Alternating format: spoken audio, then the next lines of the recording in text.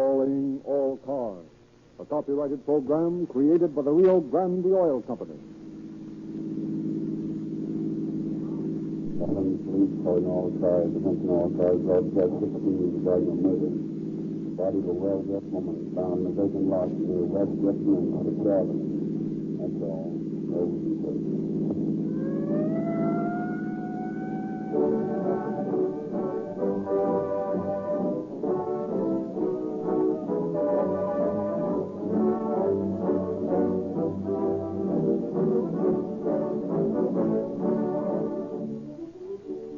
Tonight, there are thousands of police and sheriff's cars out on the streets and roads, pursuing criminals or cruising watchfully, ready to dash with sirens screaming to the scene of any emergency.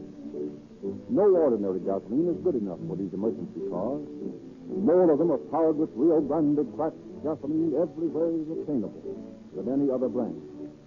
And the reason for this pronounced preference is that the police have tested all brands of gasoline in their emergency cars, and they have yet to find any gasoline which will exceed the performance of Rio Grande crack. You can make these same tests in your own car and discover for yourself why Rio Grande cracked gasoline is the choice of the leading cities and counties of the West. Go to the independent service station in your neighborhood and fill up with Rio Grande crack. You will feel the difference just as soon as your former gasoline is used up and Rio Grande crack reaches your carburetor. Your car takes on new life, new liveliness. You accelerate as never before. You breeze up hills that formerly slowed you down and made you shift gears. Your car runs smoother, quieter. Rio Grande cracked gasoline ignites at the touch of the starter, roars into action. And when you speed ahead of the traffic, you will realize at last what we mean when we promise you police car performance with Rio Grande cracked gasoline.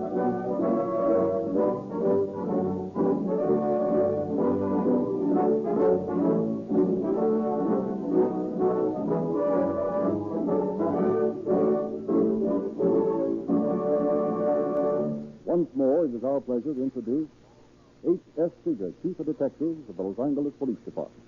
Chief Seeger. Good evening, friends. Murder or suicide? That is often the question that police officers must answer, and answer quickly when they start investigating a death. Because there is sometimes such a fine line distinguishing self-destruction from murder, it is difficult for the police to act quickly in order that justice may be done. It is necessary for all police officers, and particularly the detectives, to be trained in such a manner that they may judge at once the nature of the case they are investigating. In tonight's broadcast, an example of keen detective work and persistence on the part of one of our force is narrated. We want you to listen with particular care to this story that has been selected for this evening. Catch every word of it as it is spoken by the players in this drama, and I believe that such close attention will conjure up in your mind how easily, in some cases, even murderers might escape if it were not for the eternal vigilance of observing and intelligent law enforcement officers who see the truth behind evidence which untrained observers would either misconstrue or disregard entirely. No matter how cleverly a criminal may cover his crime, justice is inevitable when policemen are trained efficiently and have the cooperation of the public. Tonight's story brings this fact home to you.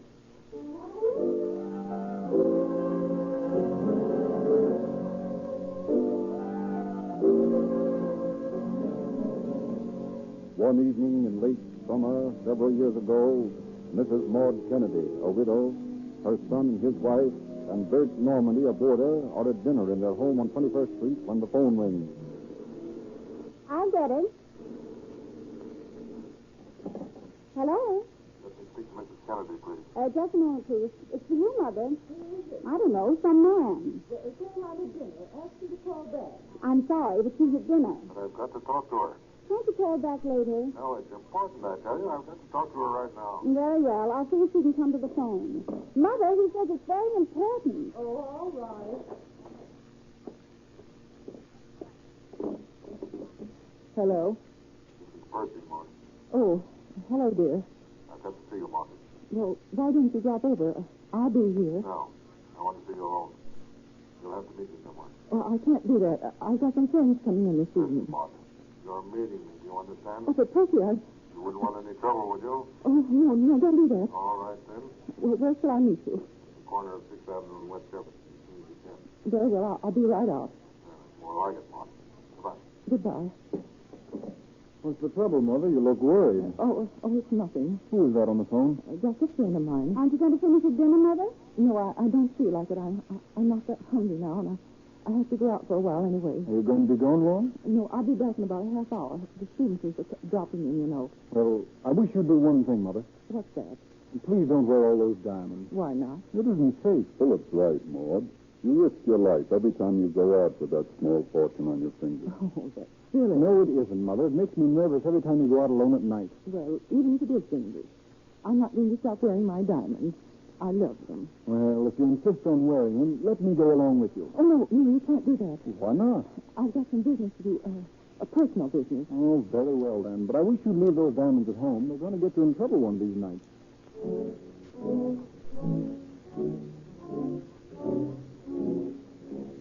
A few moments later, Mrs. Kennedy meets the man who telephoned her. The rendezvous is in what at that time is a thinly settled section of town. The houses are few and far between, the streets dimly lit. Percy, what is it this time? I've got to have some money, Maud. Oh, I thought so. I suppose you spent that $5 I lent you yesterday. Yeah, it's nearly gone. I've got to have more. I'm going to get married. Get married? How can you get married? You haven't even got a job. Well, I don't care. I'm in love with a girl, and I want to marry her. I'll get a job somewhere. You've got to give me the money to get married on. I can't. I haven't any money. Oh, come on now, Maud. Don't hand me that. I haven't, Percy. I'm broke. They came me poker the other night. Maud, did you understand what I said? I've got to have money. You wouldn't want me to tell Philip about all that dough you lose at poker, would you? Oh, you wouldn't. I might. Your little boy wouldn't think so highly of his mother then, would he? Oh, Percy, don't do that. Please don't. Well, it's worth something to keep me quiet, isn't it? Yes, I suppose it is, but I've been telling you the truth. I really haven't got any money, really. Well, how about those diamonds? You could sell a couple of them. That'd be all I need. Now. Sell my diamonds? Oh, no, I can't do that. Well, those diamonds mean everything to me. I know. I guess they mean more to you than your own son's opinion of you, huh? I can't see how you can treat me like this after all I've done for you. I always thought you were a friend of mine. Well, I am. Maybe I'm a little too hasty. I know how you feel about your diamonds. I sort of thought, though, that I could depend on you. But if you haven't any cash, well, that's that. But you understand how it is. Don't you, Percy? Oh, sure. Let's forget all about it. And you won't tell Philip anything? No. What kind of a guy do you think I am? Well, just to show you I'm a friend of yours, I bought some perfume for you with the last of that money you gave me yesterday. Perfume? Oh, that's nice of you, Percy. Here it is. You want to smell it? Oh, I'd love to. Yeah, take a whiff. Oh, that's funny. Oh, Drink it, Martha. Drink it all. Drink it, Martha. Here, I'll force it down your throat, and then you'll go to sleep. Yeah, nice long sleep.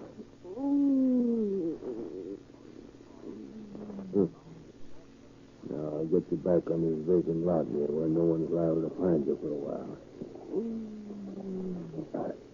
I knew you'd be wearing the ice, Mona. I could depend on that, couldn't I, my dear friend? You got all of it on. Even the one I pawned to you. That's nice, Maud.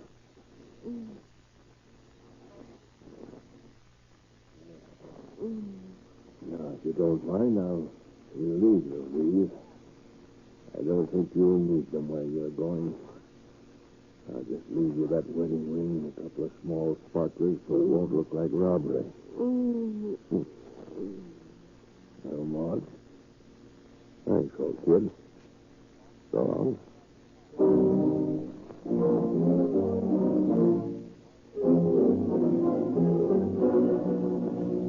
The body of Mrs. Kennedy is not discovered until the next day. The police doctor has already examined the body when Captain of Detectives J.A. Wynn arrives on the scene from headquarters. You people get back there now. Stand back there. Well, Doctor, what's the diagnosis? Strangulation induced by ammonia or a similar liquid swallowed with suicidal intent. There really was no reason for you to come out.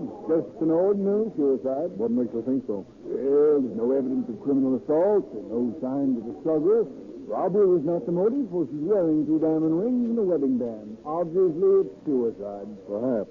But if it's suicide, can you explain what happened to her shoe and her gloves? Observe that they're missing? Oh, I hadn't noticed that. I see. Well, suppose we look around a bit.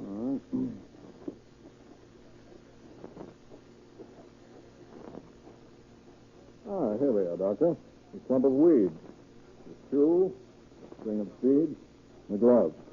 Well, there are 20 feet from the body. Look, I should say the way these weeds are trampled down would indicate quite a struggle, wouldn't you, Doctor? Well, maybe. Now, this woman had committed suicide on the spot where the body was found. How did the slipper and the glove and the beads get here? On the other hand, if she was murdered at this spot, why was the body moved over there? I'm not at all satisfied that this is a case of suicide. I'm going to work on the assumption that it's murder.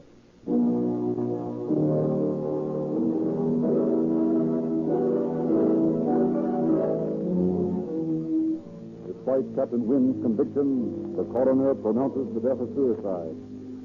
Through a safe deposit box key found on her person, the victim is identified as Mrs. Maud Kennedy. Captain Wynn has the unfortunate task of breaking the news to Mrs. Kennedy's son and daughter-in-law. After they have recovered somewhat from the shock of Wynn's tragic announcement, the detective questions. I'm terribly sorry to intrude upon your grief like this, but you realize, of course, how important it is to get at the bottom of this thing as quickly as possible. Naturally, Captain. Now, you say you don't believe in this suicide theory. That's ridiculous. Mother would never commit suicide. Well, I don't believe she did. Under the circumstances of the discovery of the body, I think she was murdered. Oh. I'm sorry to be so blunt. Forgive me. Now, will you please tell me what happened the last time you saw her? Well, we were at dinner last night when she was called to the phone.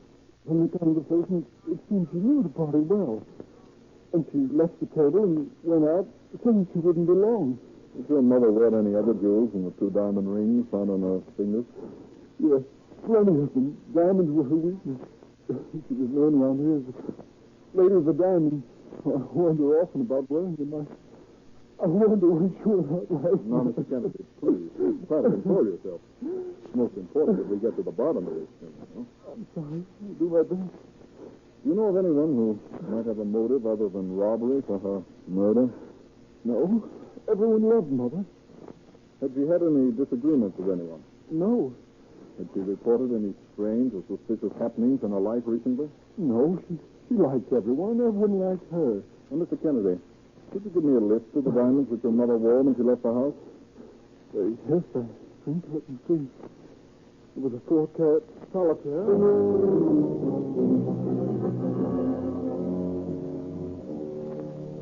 Returning to headquarters, Captain Wynn finds Charles Whitehead, chief nurse at the receiving hospital, waiting for him. Hello, Charlie. What's on your mind? That Kennedy case. Something I think you ought to know. What is it? Well, about 10 o'clock last night, a young fellow came into the hospital and asked if Mrs. Maud Kennedy had been injured. I asked him if Mrs. Kennedy was his wife, and he said no, she was his mother. I told him that no one with that name had been brought in, and he thanked me and left. Oh, that's peculiar. That's right. Oh, thanks for the tip, Charlie. I'm going to call up Kennedy and see if he was the guy. Okay, Captain. Give me Jefferson 230W. Hello, Mr. Kennedy. Captain Wynn speaking. Say, I just got a report that a young man claiming to be Mrs. Kennedy's son inquired about her at the receiving hospital last night. Did you go down there? You didn't? I see. Thanks a lot. Goodbye.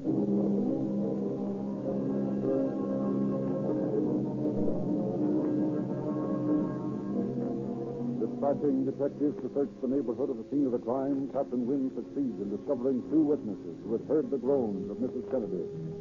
Their stories coincide and establish the time of the murder as approximately 9 o'clock. Investigations among Mrs. Kennedy's many friends reveals a young woman who had been an intimate companion of the slain woman. Captain Wynn and his aides interview her. I just can't imagine who would do such a thing. Well, Miss Robertson, think now. Was there anyone who had a grudge against Mrs. Kennedy? No, I don't think so. But there was Kid Riley. Who's Kid Riley? Well, he was a prize fighter. He was very much in love with Maud, and she was a little afraid of him because he had such a compelling influence on her. Of course, she realized he wasn't her kind, and yet he held a fascination for her she couldn't escape. Possibly he's the man we're after. Prize fighter, huh? And she was filled with chloroform, or ammonia. And ammonia's used a lot around doctors' training quarters. Boys, I want you to go out and find this Kid Riley.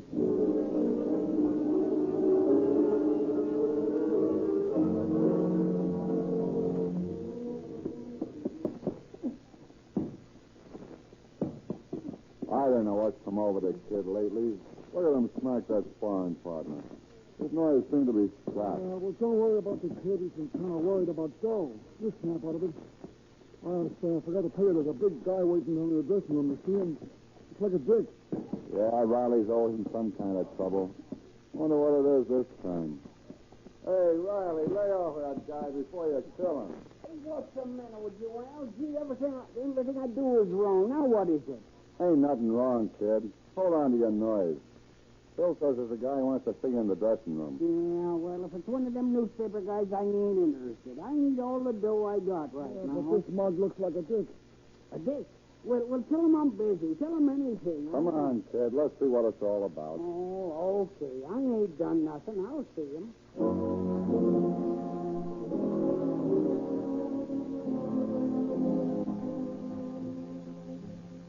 Did you want to see me, pal? Yes, just want to ask you a couple of questions. Oh, I know. Now, listen. I didn't have nothing to do with that liquor deal of Leslie's Mason's on the square. I was just visiting. Just a minute. I'm not here about any liquor deal. This is murder. Huh?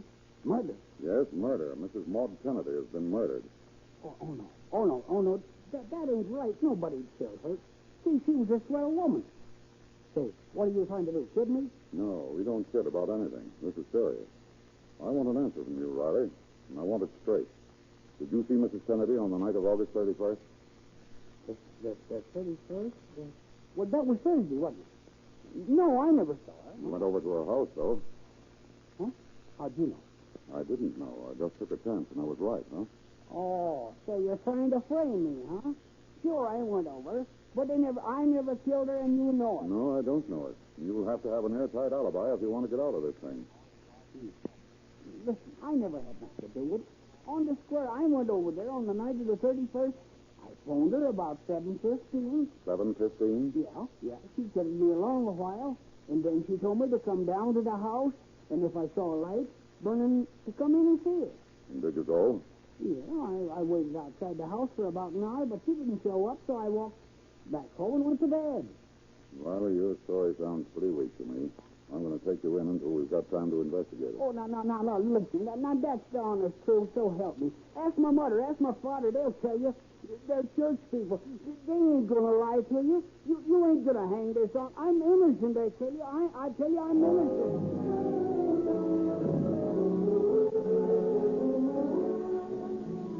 Kid Riley is brought in and questioned, but he proves an airtight alibi. So the investigation drags on. Suspect after suspect is taken to headquarters, questioned and freed. Normandy, the boarder of Mrs. Kennedy, tipped off the police to another prize fighter who was friendly with the murdered woman. This man, located in Fresno, where he was facing a bogus sex charge, is brought back to Los Angeles.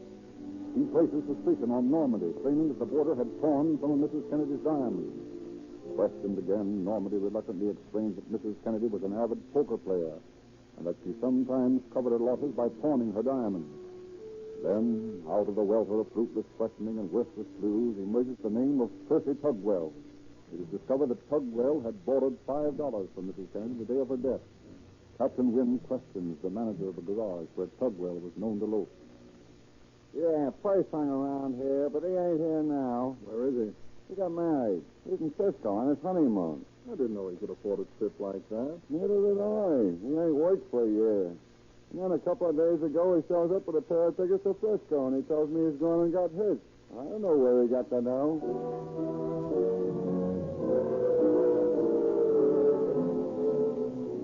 But trail grows warm as Captain Wynn interviews a neighbor of the Tugwell. Well, I ain't one to carry tales, Captain, but there's some funny business about that Tugwell boy. Why, I heard it direct from Alice Carter, who boards with the Tugwells, that Percy asked her sweetheart to sell a diamond for him. When was this? Just a day after Mrs. Kennedy was murdered. Asked him to sell a diamond, huh? Yes, it was unmounted. And Percy said that it belonged to his fiancée. He got $62 for it, so Alice says. Know anything more about this? No, that's about all. Of course, I could tell you plenty about the family. But you Well, thanks. know... I think I'll talk to them myself.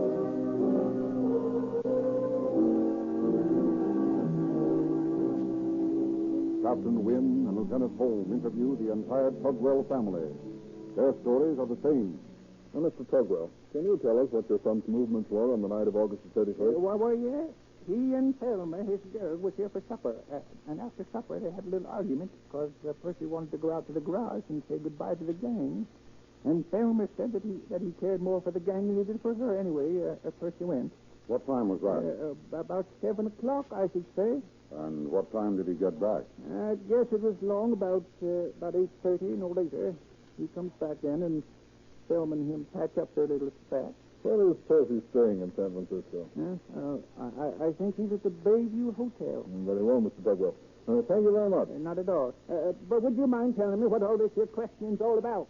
Oh, we're just trying to complete a report, Mr. Tugwell. Good night. Well, mother, sister, brother, and father all tell the same story. Yeah, if they're telling the truth, that seems to eliminate Tugwell. If Mrs. Kennedy was murdered at 9 o'clock and he was back home at 8:30, he's got a pretty tight alibi. Yeah, there's no doubt about that, when you consider that the scene of the murder must be 5 miles from the Tugwell house. Just the same, I want to talk to this Tugwell. You better leave for Frisco tonight and bring him back with you. All right. In the meantime, I'm going to see if any of the streetcar conductors who are working West Jefferson on the night of the murder can identify this picture, Tugwell, we got from the family.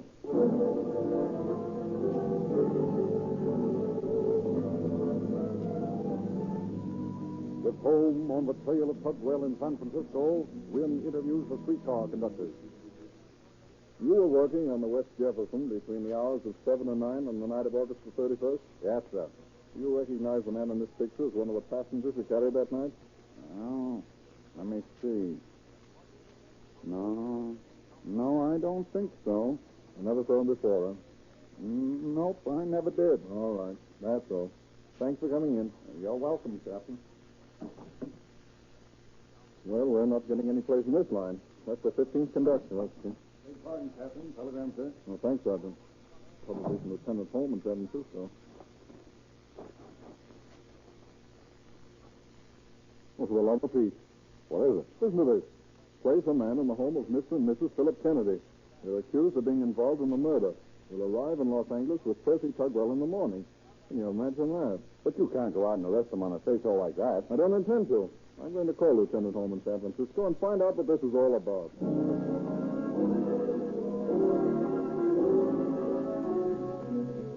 From Lieutenant Holmes in San Francisco, Captain Wynn gets the details of Tugwell's accusations. Equipped with his information, he and an assistant reach for the Kennedy home. Philip Kennedy amidst them.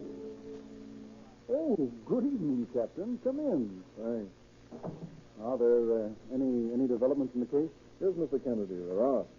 Is your wife here and Mr. Normandy? Yes, they're here. I'd like to talk to them, too. Very well, I'll get them. Well, Captain Wynn wants to see you in Bertha a minute. Will you come in? Certainly. Good evening, Captain. Hello, Captain. Good evening. Now that the three of you are here, I regret to inform you that I have to place you under arrest. Arrest? On what charge? Suspicion of murder. What? That's ridiculous. Who made this charge? Percy Tugwell. Tugwell? Tugwell was arrested in San Francisco today and will be here in the morning. Then we can clear this thing up. In the meantime, I'll have to place an officer here. But how could Tugwell implicate us? He claims that on the night of Mrs. Kennedy's death, he called here. During his visit, you two gentlemen became involved in a fight. Mrs. Kennedy, according to his story, in attempting to separate you, was knocked unconscious. Why, that's ridiculous. Then your wife here, attempting to resuscitate her, gave an overdose of ammonia, causing her death. Well, that's preposterous. Well, that's his story. Then he said that you, Mr. Kennedy, had forced Mr. Normandy and himself to take the body to the vacant lot where it was found. But his share in disposing of the body, he says he was given a diamond. Well, that story is so fantastic, Captain, that it seems ridiculous to attempt to refute it. You've already got out statements. They're true. I didn't see Tugwell here the night of Mrs. Kennedy's death, nor did I see him the next day. There was no fight, and no one administered ammonia in my presence. Percy Tugwell is a miserable liar. I want to meet him face to face and dare him to try and lay a suspicion of murder against my husband. As Philip loved his mother better than anything on earth. Better even than me. Tugwell's trying to lay the blame on us because he's guilty himself.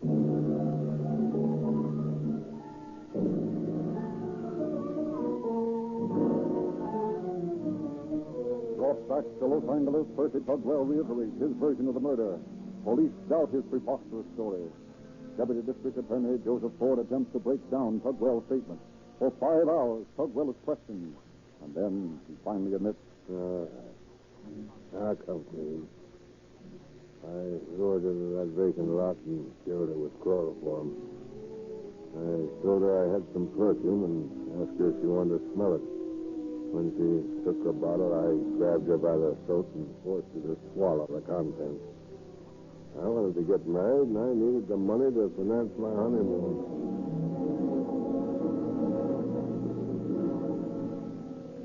Tugwell is given something to eat and sent to bed. Next morning, he sends for the detectives and repudiates his confession of the night before.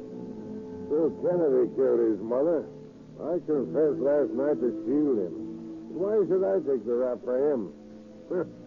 Jill sent me a note on the evening of her death, and I met him on the West Jefferson streetcar and got off at 6th Avenue. We met his mother, and Bill killed her. I got a diamond for my share.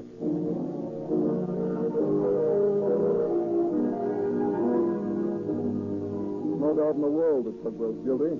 The only question is whether Philip Kennedy was in on the deal. Personally, I doubt it. But let's bring the two of them face to face. That's a good idea.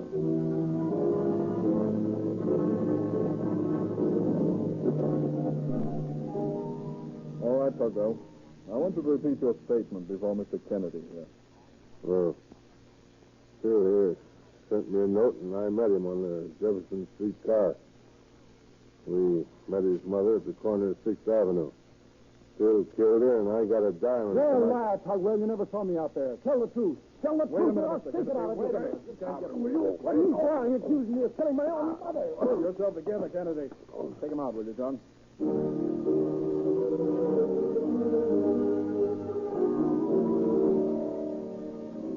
Faced by Philip's wife and Normandy, who repeat their previous testimony, Tugwell begins to weaken. Finally, he speaks to Lieutenant Holmes. I want to tell the truth to them. If I do, it means the rope to someone. Well, you better get it off your conscience, Tugwell. You'll feel a lot better if you do. Then bring Phil back. Okay. Mr. Kennedy, will you come in, please? Tugwell has something to say, Mr. Kennedy. He wants you to hit it. I did it, Phil. I want to apologize. Will you shake my hand? Why, you...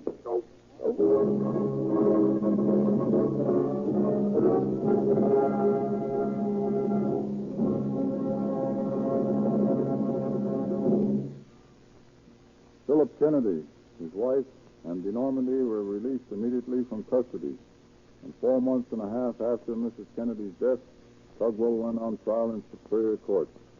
The jury, after a 5-hour deadlock, returned a verdict of guilty, and Tugwell was sentenced to life imprisonment in San Quentin Penitentiary. Thank you, Chief Figure.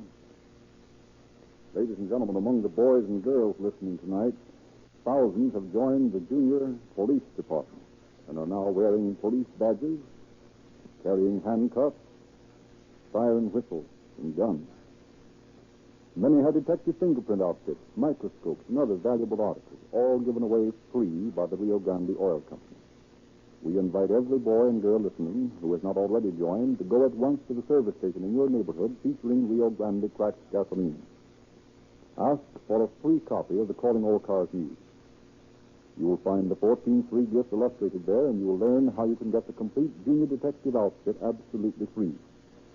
Every motorist can help some boy or girl get these valuable gifts merely by using Rio Grande cracked gasoline, the same gasoline that's used by the police cars, the ambulances, the fire engines, and other emergency equipment of the leading cities and counties in the West. drive into the Rio Grande station.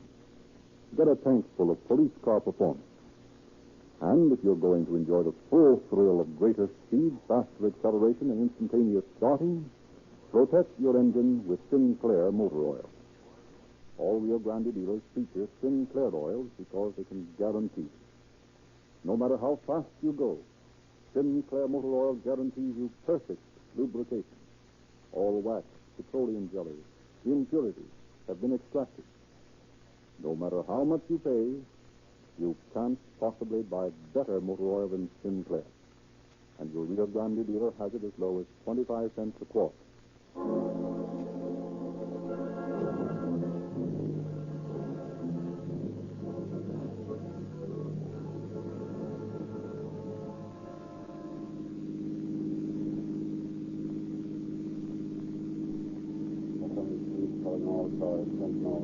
Cancellation broadcast 16. Affecting case now investigated. That's all.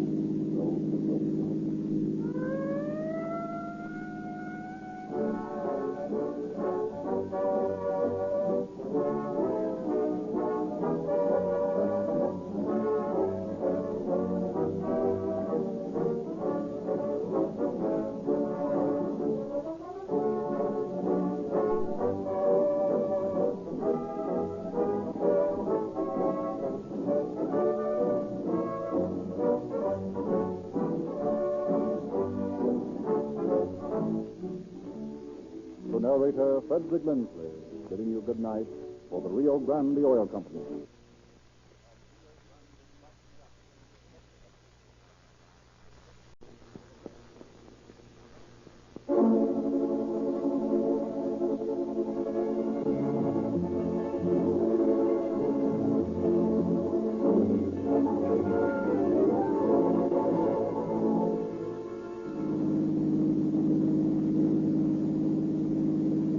Police Department calling all cars, attention all cars.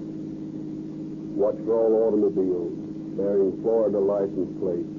Have just received tip that the Dillinger gang has arrived in Tucson. Take no chances, boys. They are armed and dangerous. That's all.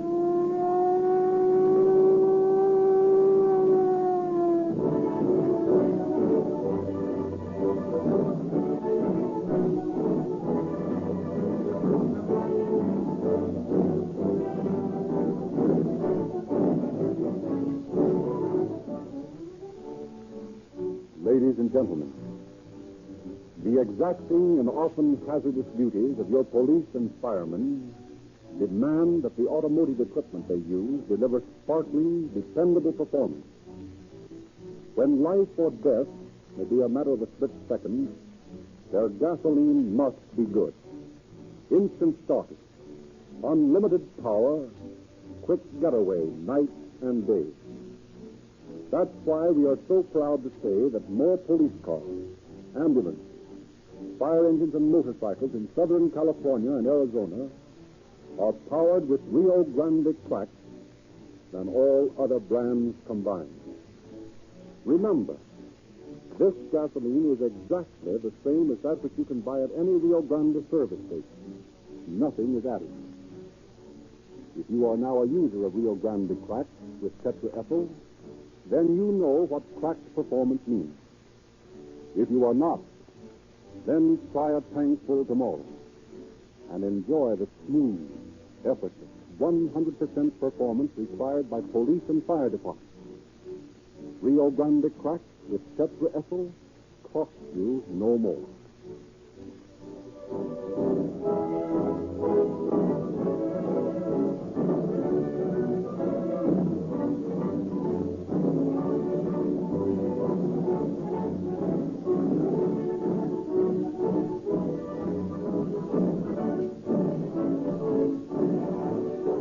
Now, ladies and gentlemen, Chief James E. Davis of the Los Angeles Police Department. Good evening, friends. The members of your police department are second to none in the world in handling a revolver.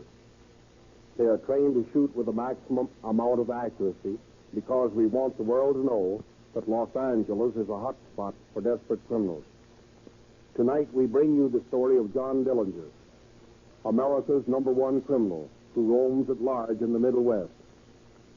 It is just such desperados as Dillinger that we are prepared to meet. I have selected this story because it illustrates a timely warning to the citizens of this country that they must have trained law enforcement officers, honest and fearless, and that they, the citizens, must support their police. I asked Chief Wallard of Tucson, Arizona, to come here as my guest because his work in capturing John Dillinger and his gang is an outstanding example of police diligence and alertness. Chief Wallard, will you address the radio listeners? Good evening, ladies and gentlemen. I feel highly honored that Chief Davis has selected as one of his cases to be dramatized on this splendid program the activities of the men of the Tucson police force in capturing the notorious Dillinger gang. And I also feel it an honor that Chief Davis has asked me to appear on this program with him. However, I'm acting only as a representative of those fine boys who work with me. Although I had my part in directing their activities, too much praise cannot be given to the intelligence and bravery of those police officers who did their duty unflinchingly when asked to track down the ruthless and lawless band of men we had to deal with. It is peace officers like these boys of mine, and like these officers of Chief Davis, that make Los Angeles and Tucson such pleasant places for you citizens to live in. I won't take any further time to tell you about the capture of the Dillinger mob. You're about to hear the story just as it occurred. As I know that you're eager for the play to begin, I'll turn the microphone over to Frederick Lindley, who will carry on with the story. Thank you, Chief Wallard.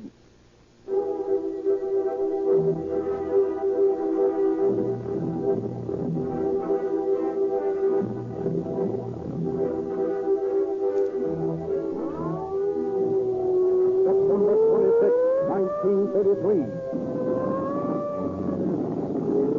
Under a hail of machine gun bullets, Charles Mickley, Harry Pierpont, and Russell Clark, accompanied by 7 other convicts, successfully escaped from the Indiana State Penitentiary.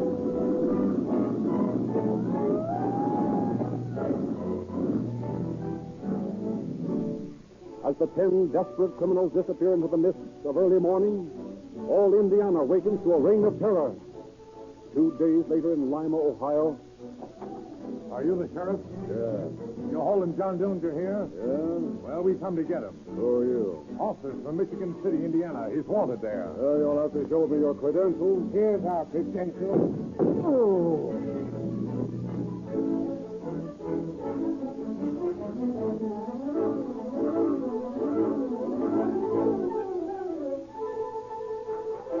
Terror spreads throughout the Middle West. Hysterical fear mounts. Not since the days when Jesse James rode the prairie have respectable citizens lived in such mortal dread of a ruthless outlaw. Dillinger is loose. Indianapolis. $21,000 taken from the Massachusetts Avenue Bank. New Carlisle, Ohio. Bandits take $53,000 from New Carlisle Bank in daring daylight robbery. Harold, Pennsylvania. Hold up at a Farrell Bank. Lost $24,000. Daleville, Indiana. Hold up at loss of $3,500. Montpelier, Indiana. $12,000 haul from the Montpelier Bank. Racine, Wisconsin. Hold up at American Bank and Trust Company. Lost $27,000. Greencastle, Indiana. $74,000 bank robbery. East Chicago. Hold up at the First National Bank. $20,000 stolen. 1 policeman murdered.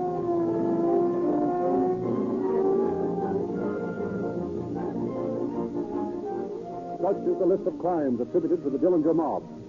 Federal authorities combine forces with state and local peace officers. Roads are blocked. The militia is called out.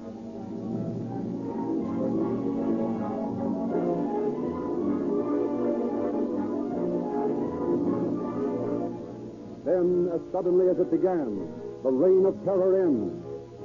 Peace once more is restored in the Middle West. The shattered nerves of farmer, merchant, and banker gradually return to normal. Dillinger seems to have disappeared from the face of the earth. A pale desert moon casts its transparent coverlet over the jagged crest of Mount Lemmon. From a sandy wash, a coyote howls at the silent Sahara that broods above him, thrusting its spiny arms toward the star-speckled velvet dome overhead. Across this scene of beautiful desolation comes a discordant note, a tinny popular song, played by a three-piece orchestra in a desert roadhouse. The place is a few miles from Tucson, Arizona. It is the night of January 24th, 1934. This isn't a bad sound. Surprising, to find a night spot like this out in the middle of the desert. Yeah, it's all right. But I'll sure be glad to get into that sales meeting in L.A. You know, I get the jitters out in this country. Why, you're liable to wake up any morning with a rattlesnake in bed with you. Oh, no, Harry, that's a lot of bunk. Why, all the rattlesnakes are asleep in the winter. Winter? How would a rattlesnake know this was winter? Well, it's 3 stiff collars today while I was making my call. If this is winter, then L.A. is in the Arctic Circle. Well, you don't need to worry about the snakes, Harry. Just have another shot of this. It's not a bad idea at all. Well, here's the bigger and better sale. Yeah, at least better than last year. Pardon me, boys. Can I buy you a little drink? Why, sure. That's fine. What do you have? Oh, give me another highball, eh? What about your turn there? Oh, make mine the same. Hey, bartender. 2 highballs and 1 straight. Yes, sir. Pardon me for butting in like this, but I'm a stranger in town here, and I'm all alone. I sort of wanted company. Get it? Why, sure. That's all right. Well, glad to have you. Thanks. You look like a couple of all right mugs to me. Geez, what a crummy joint this is. Look at that thing they call an orchestra. Why, the spot's back in Shy. You ever been in Shy? If I ever been to Chicago, say, why, I've got one of the most... That's a great town, Shy. But they really do things. Pal of mine's got a trucking racket back there, and he's making $1 million. That's the sort of racket to be in. Something honest, where you share the dough out of the suckers. I don't like bump-offs very much. He's bad wherever, I suppose. Say, when you listen to that, he's signed this fellas. He's a tough guy. He's probably handling a line of kid shoes out of Minneapolis. Yeah? What's the extra fun with that? What was that you were saying? My partner and me was just agreeing that you're right. We don't care much for the bump-off jobs ourselves. Yeah? What's your racket? My suit. Yeah? Sure. I'm a banker myself. Is that right? Sure, I don't like to work with soup. Takes too much time to get it into the safe. Set the fuse. I just walk in and stick 'em up. It's quicker and cleaner unless you have to turn the heat on somebody. Yeah, that's right, but, you get more our way. Maybe. Let's have another drink. Sure.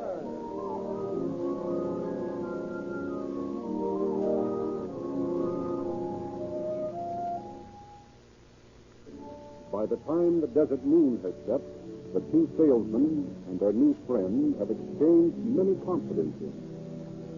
On the way into Tucson, Clark, the man who prefers sticking up banks to blowing them up, discovers that they're all staying at the Congress Hotel.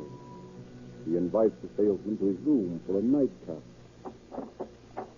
Sure, things got a little hot back east, so I came out here with a couple of pals until it cools off. Figuring on any stick-ups out here? No, are you? Maybe. You damn fool to try it. Yeah, why? There are only 2 roads out of Arizona, and every Indian woodpicker knows the country better than you do. We can never make a getaway.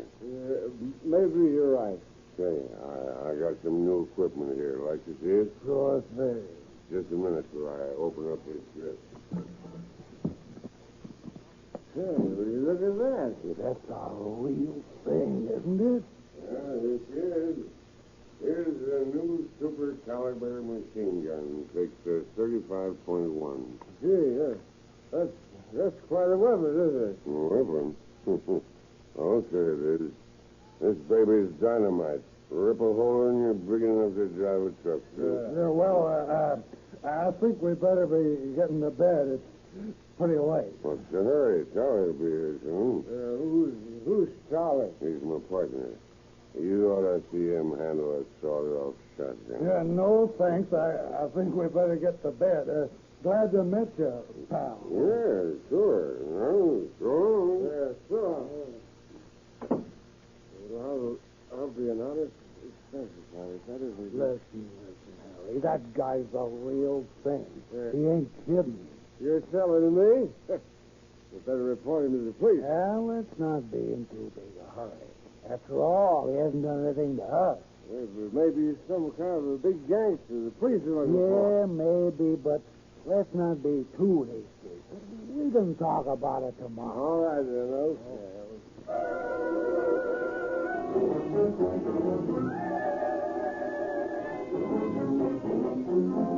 Early the following morning, while the guests in the hotel are still asleep, fire is discovered in the dining room, looking upward from the heating plant in the basement. The telephone operator on duty calls the fire department, and then with heavy smoke swirling around her switchboard, she sticks to her post. No! This is the operator downstairs. The hotel's on fire. Get out at once. Hello? Yes, that smoke you smell. The hotel's on fire. 216. Hotel's on fire. Get out. Hello? No, sir. Not all of them. The fire just got out. I can't get anyone now. Get outside, Mary. I'll try to go through the building and warn them.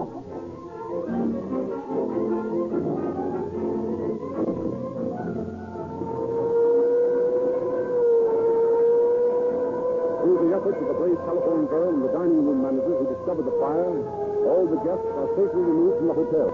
Every piece of fire equipment in Tucson responds to the call, and thousands of citizens on their way to work press against the hastily rigged guard rope. Inside the lines, Ken Makeley, his partner, watched the building burn. Well, we gotta get those tomcats out of that room. You're telling me? But how? If that ammunition ever starts popping, it's the payoff. Yeah, but if you think I'm going to pay you, screw Wait it. a minute. I got an idea. Those bags all locked? Yeah? Okay, I'll get one of the firemen. Hey, buddy. I got a couple of bags up there in the room that got to get out. They got valuable papers in them. Well, I can't get them for you now. I got other things. Wait a minute. That ladder over there is up against the window in my room. All you got to do is go up there, get the stuff, and come down. There's $10 in it for you. Well, okay, I'll see what I can do. Right.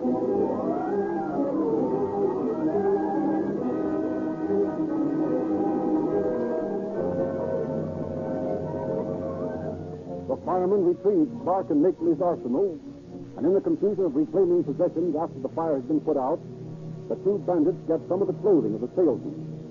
Clark and Makeley rent a house on 2nd Avenue, and the salesman traced Clark there. After they have regained their property, Clark questions them.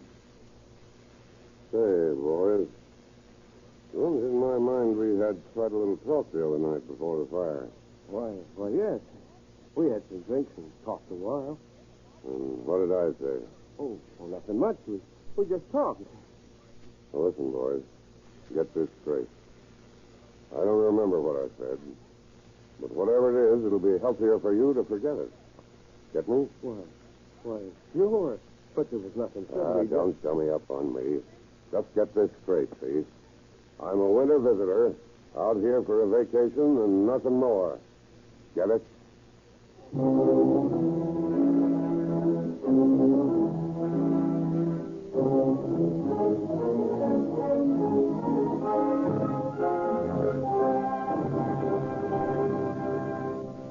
Frightened by the threat behind Clark's statement, the salesman reports the incident to Patrolman Terry Leslie, who relays the information to the chief. Chief Wallard calls Traffic Captain J. Smith and Detective Dallas Ford into his office and explains the tip to them. From the description Leslie got, I think these men are members of that Dillinger mob. The description tallies with the circulars he's out here from Indiana. Now, here's the address, 927 North 2nd Avenue. I want you to stake out the joint. Don't go into the house. These men are heavily armed. Wait until they come out and pick them up away from the house. And if you have to shoot, shoot to kill.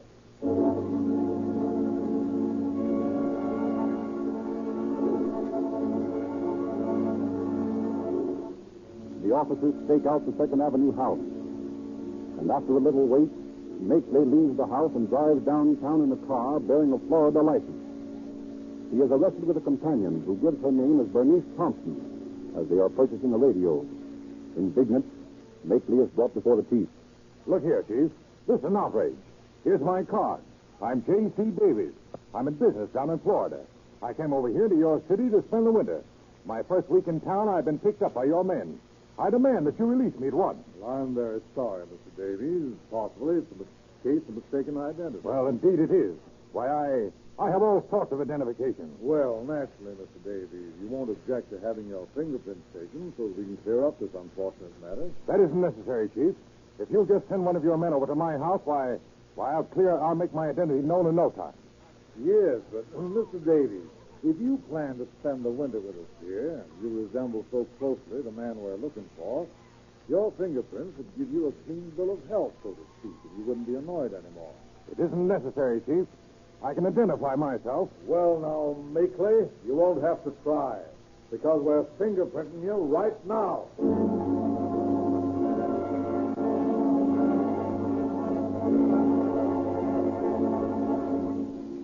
J.C. Davies' fingerprints establish him beyond a shadow of a doubt as the wanted Makeley. Realizing now that he's on the trail of the Dillinger mob, Chief Wallard sends officers Ford, Storman, and Iman to watch for the other men in the Second Street house. They wait for several hours, parked near the house, and no one appears. Say, I'm getting tired of this waiting around. I got a hunch they're in there, and I'm going to find out for sure. Better go slow, Chef. These guys are no gas station bandits. They mean business. I got a plan I think will work. Look, I'm going to ask for A. Long. That's the name this other guy goes by. I'll tell him I'm a special delivery messenger. Now, you guys keep your eyes on me, and if I get in, you follow right after me. You're taking a big chance, Chef. Yeah, I know it, Frank. But I don't hanker to sit out here all day doing nothing. Well, okay. We'll be right behind you. All right. Here goes.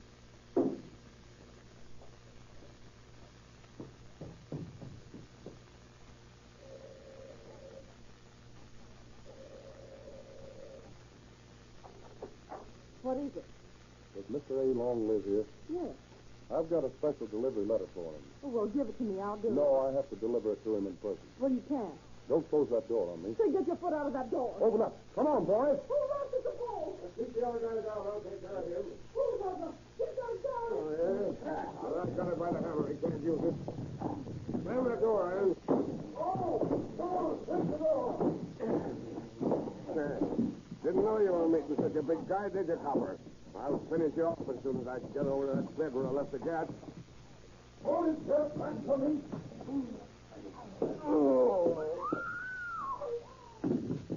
Thanks, Alice. I guess that pistol weapon will keep him quiet for a while. You killed him. You killed him. I'm afraid not, lady.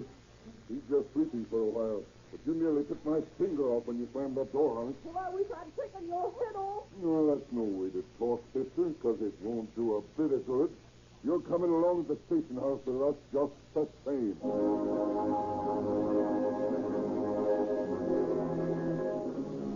Clark, still unconscious, is taken to the police station where his bruises are dressed, and he is identified by Mark Robbins, identification expert of the Tucson Police Department.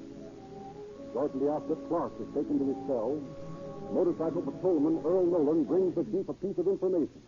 What is it, Nolan? Hey, the car these guys drove had a Florida license plate, didn't it? That's right. It was a 1934 model. Listen, Chief, the other night I was talking to a guy who was driving a brand new sedan that had a Florida plate. Where was this? At a tourist camp on 6th Avenue. Well, get right out there, right away, and see if you can find it. All right.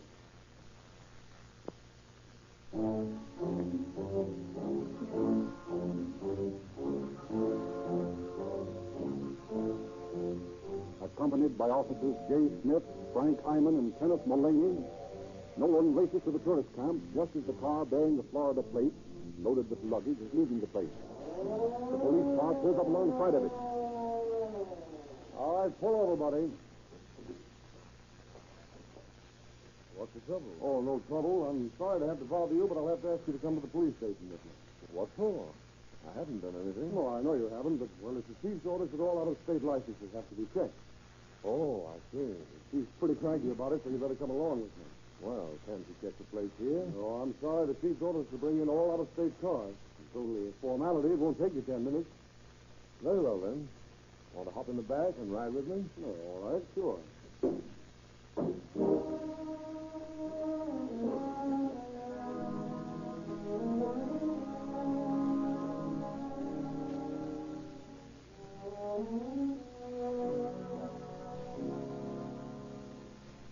Unsuspecting, Pierpont, the third of the gang, allows himself to be led into Chief Waller's office.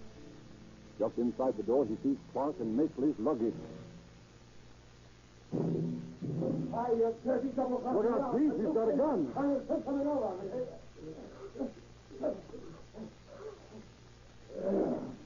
Pierpont? Yeah, he's got a gun all right, Frank. But I got a hammerlock on him, and it's pointing into his own ribs. I'll fish him for the rest of you, I'll tell you. Yes, sir. Here's the other one, sir. Is that all? Yes, sir. Okay. Now, give me that gun. No! Don't have to break my wrist.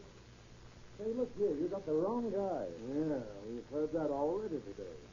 And I don't think there's much doubt about who you are, Pierpont. Oh, say, there's your glasses on the floor. Oh, you can have him. What the hell good are they to me now?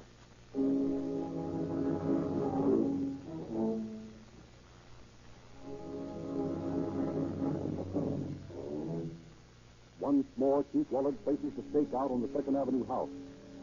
This time, he sends officers Milo Walker, Mullaney, and James Heron. They have orders to arrest anyone who enters the place. Mullaney hides at one side of the house with a sawed-off shotgun. Walker, armed with a submachine gun, is behind some shrubs at the other side. Heron waits in a parked car some distance away. In the early evening, just as the dusk is deepening into night, a car pulls up across the street from the house. As the occupant of the car gets out, Heron follows him across the street. The detective is 5 steps behind Dillinger when the bandit stops in his tracks at the sight of blood which had fallen on the porch steps when Clark was taken out. Heron steps up to him as Dillinger wheels around, hands in his coat pockets. Put your hands up, Dillinger. What is it, a stick-up? No, it's an arrest. Now put him up. Oh, I'm squeezing the trigger. An arrest? What for? What's the charge? Fugitive from justice will do for the time being. Walker, Mullaney, cover that gun in the car over there. No, you don't, Dillinger. You feel that in your ribs? I don't get fancy, I'll let you have it. Now, if you don't mind, I'll relieve you of your guns. Oh, 2 of them, huh? 1 on each side. And now, if you lower your hands... All right. Come on, now cut out the politeness. Put the bracelets on and let's get down to your lousy jail. I won't be there very long anyway, but there isn't a jail in this country strong enough to hold me.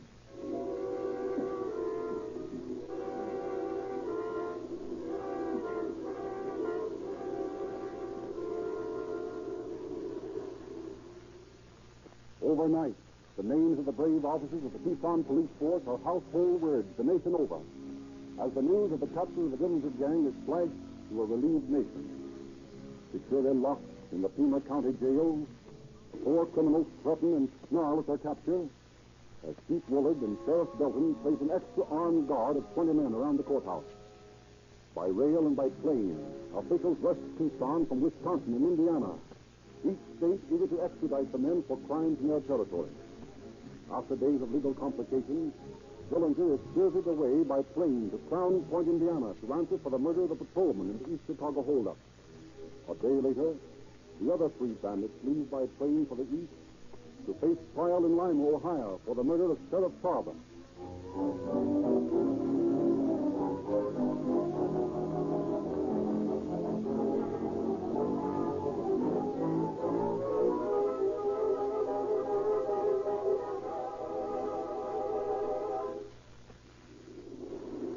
Ohio justice is swift. Harry Pierpont and Charles Makeley have already received mandatory death sentences for the murder of Sheriff Farber, and Clark is soon to be tried.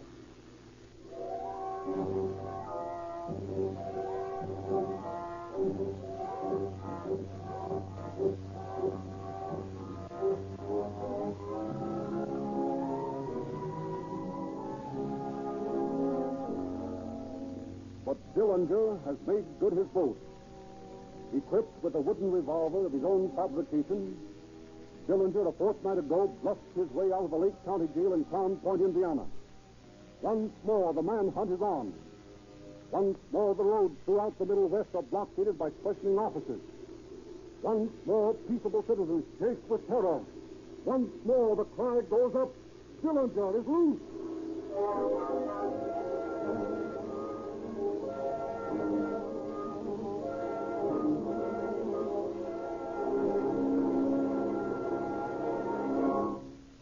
Yes, Dillinger is once more loose, but he will not be at liberty long. Any man who elects to declare his own personal war against society has all society against him. There has never been a man since time began who could get away with that sort of attitude long.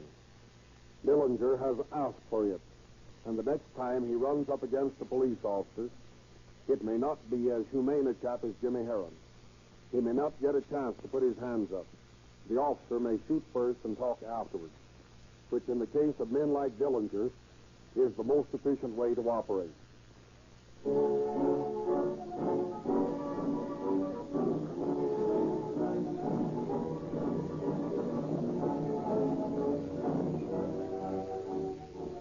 Ladies and gentlemen, Rio Grande cracked gasoline with tetraethyl is made by a modern, up-to-the-minute refining method, the cracking process. That is where it gets its name. By subjecting the crude oil to terrific heat and pressure, the result is a gasoline that averages 10 points higher in natural anti-knock than gasolines which are not cracked. Also, tetraethyl lead has long been one of the many advantages of Rio Grande crack. We suggest that you give Rio Grande a test. Try one tankful. We believe that once you have experienced the flashing performance of this great gasoline, you'll never again be satisfied with gasolines made by old-fashioned methods. You be the judge.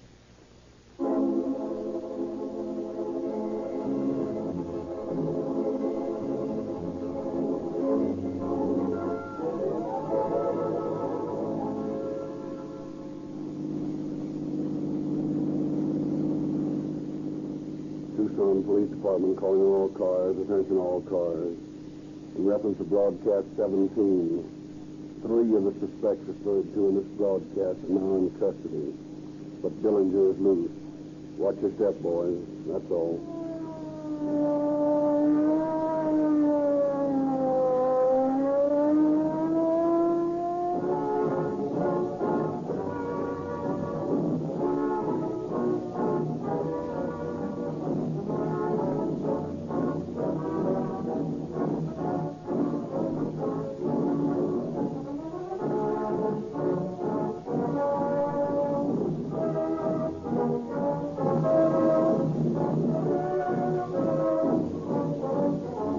This is Frederick Lindsley bidding you good night for the Rio Grande Oil Company.